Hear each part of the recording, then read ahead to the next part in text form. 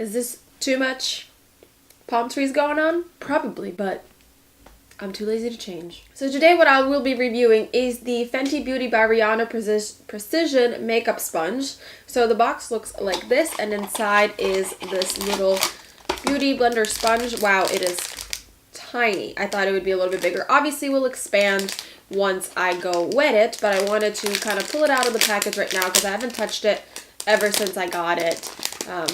So I like the way that it's packaged. It's in a box, but it's also a sealed little plastic sheet. This is what the blender looks like. So comparing it to a beauty blender, it has the top cut off and then the edge cut off. It says it's precise, versatile, expert blending form for all formulas. Use damp for buildable coverage or dry for full coverage. So there's really no explanation of like how to use this beauty blender. Like how do you a beauty blender uses this like really pointy edge to get like right up in there. So the fact that this is cut off really is strange to me because that's weird. Okay, so anyways, I'm gonna go blend this and I'm gonna start putting some foundation on my face to look like I'm not dying. Okay, I'm back. It could expand it basically to the same size that the beauty, well,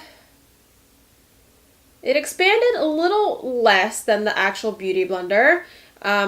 But it did a pretty decent job, and it's even softer than the Beauty Blender, which is nice. It's a little bit smaller, so let's see how it does when it comes to blending out foundation. Today for foundation, what I do want to use is the Physicians Formula because it's like a thicker, kind of harder to blend consistency. So I think this sponge would do perfectly fine with anything that's super liquidy, but this is kind of more like a creamy substance. Substance is the wrong word. It's a little harder to blend out, so I am very curious to see how it will do.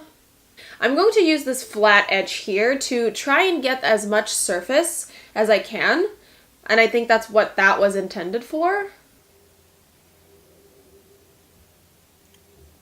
Yes, that is exactly what that was intended for. This is doing a very quick blending job. Yeah, I think I would prefer if this was a pointy end because I feel like it's just really awkward in this area. I guess you could go like this, but it's still kind of awkward, I think.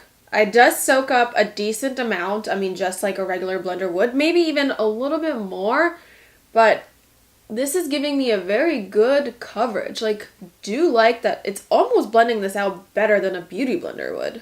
Obviously, I know what a beauty blender blends out because that's what I usually use to blend out my foundation. I wanted to say to blend out my stuff. Like, my brain is not functioning. It is much softer than the beauty blender, I will say that. Product that it picks up from one place does get dispersed to a different place if you kind of press it hard enough. So it's not like the pigment completely disappears, which is nice. It kind of releases it back where it's needed. Let's add a little bit more and see if it pulls any product from underneath, which I really don't foresee that happening. Let's add a little bit of concealer just to blend that out as well. This concealer sometimes gets a little bit hard to blend out, say when it dries a little bit on the skin. So let's see how it does with that. And actually this is probably going to be the part that's most important, really, because it doesn't have that like pointy edge, which is usually what I like to blend out the underneath of my eyes. And obviously concealer is going to be something that will show very quickly if it's not blended out properly. For concealer, I'm going to use this rounded edge over here, kind of where it should be a tip, but it's cut off. So I guess flipping it over, we'll see how I'm able to get it close to my eye. I'm first going to blend out this. That was no problem. That was no problem. Okay.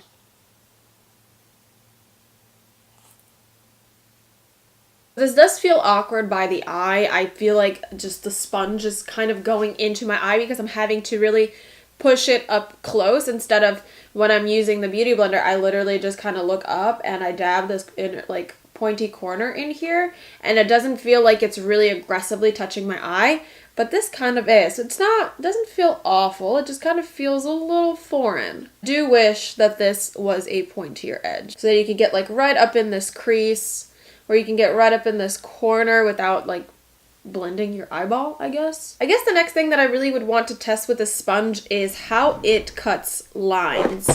So kind of the big thing about, say, the Morphe sponge is that it has those edges as well. So it's amazing for, say, like cutting this because it already has that edge. So you literally just kind of line it down and it does a really straight line, as where the Beauty Blender doesn't really have a straight edge. So you're kind of more drawing it on. So let's see. Which I feel like this sponge is going to be just fine for that. Yeah. So it has that straight edge. So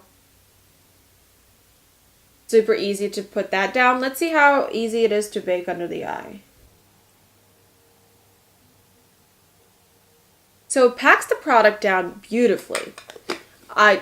Once again, my gripe with that is I would like for that to have more of a pointed end like the Beauty Blender, because that's like really what I'm used to. So it's nice and easy to pack that in here. Like, see, because even the Morphe sponge has that. So it has the edges cut off on here, which really, I think someone needs to create a sponge that is the design of all three, kind of. So it has this pointy end like the Beauty Blender. It would have the cutoffs like the Morphe sponge, but it would have the pointy end here, but be cut off this much, because if you look at it, the surface area of these two, like the Fenty Beauty sponge obviously has a lot more straight edge, so it gets the product down on your face a lot quicker. But I do like this also has a straight edge, so it makes your baking really easy if you do bake, or like cleaning up under your contour. That's a really awesome thing that the Beauty Blender just does not have. Let's see how this packs on highlight. So I'm just gonna dab, I guess, the big butt. I'm gonna dab this into the product. This does like a very subtle thing, which is what it's really supposed to, so that it does perfectly fine with that as well. I'm gonna wrap up my thoughts looking crazy. So the pros of this would be the texture and how soft it is. I also really like how much of a cut this is, because this gives you a lot of surface area. It makes the blending of your face so much quicker because there is this big surface area that helps. And I think the cons of this is the fact that this is also straight edge and that it doesn't have that point. So the sponge retails for $16, which is $4 cheaper than the Beauty Blender.